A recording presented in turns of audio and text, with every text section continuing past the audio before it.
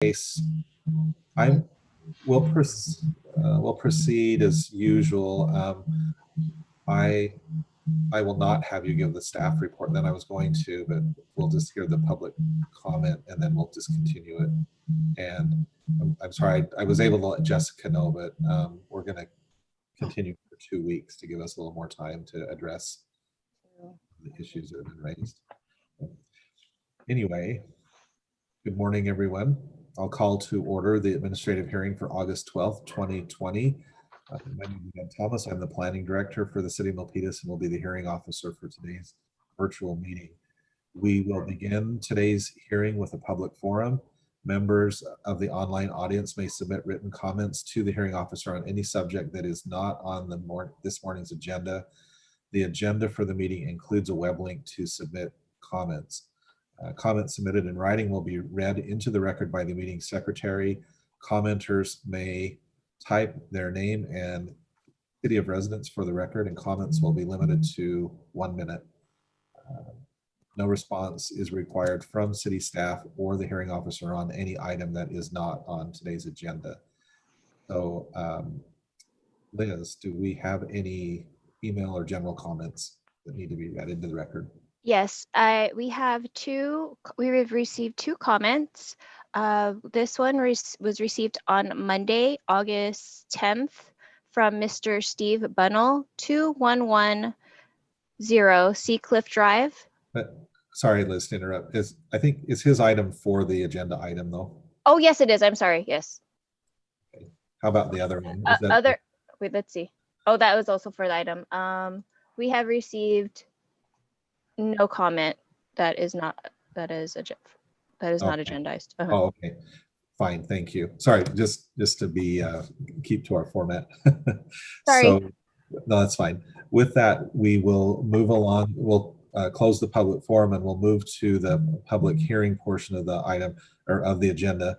The hearing procedure typically involves I will still introduce the item. Typically we have a staff give a brief report, but since the item is going to be continued for 2 weeks, we will dispense with the report.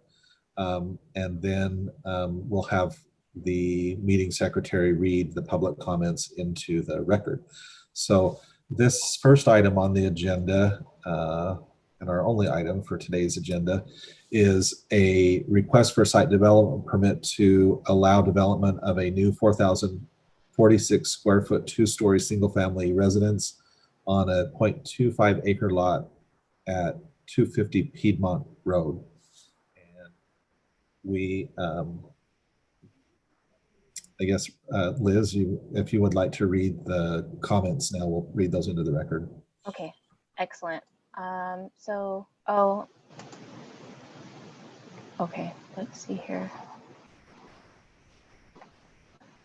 Okay, from Mr. Stephen Bunnell, 2110 Seacliff Drive. Dear Sir or Madam, I have some questions regarding the proposed new single family home at the above address, 250 Piedmont Road. Has the State of California Department of Water Resources been notified of the proposed project? They have a 56-inch water transmission main running next to the lot. The pipeline needs a buffer zone for maintenance. This water main supplies over 1/3 of the water for the city of Milpitas. 2, are we limiting the time limit, or shall it's fine. You can just read this. Okay. So the second question, have the owners of the property been notified of the close proximity of the Hayward Fault? It is located approximately 200 yards from their lot. 3, when the division was built, why did the developers decide not to build on the approved lot? If the former planning commission voted against building there, I would like documentation to show that, or an explanation of why it was not developed. I am officially requesting this under Public Information Act. Number 4, the plans posted do not show any lot setbacks, especially to the proximity to the transmission water main. 5, If approved, the home should be limited to earth tone colors to match the hillsides. 6. I realize this is from an existing approved lot, but putting a 26.5-foot home will completely block the view from the Piedmont Road. 7. Could you provide how utilities will connect to our existing water and sewer system? Sincerely, Steve Bunnell. Okay, if I might interject right here.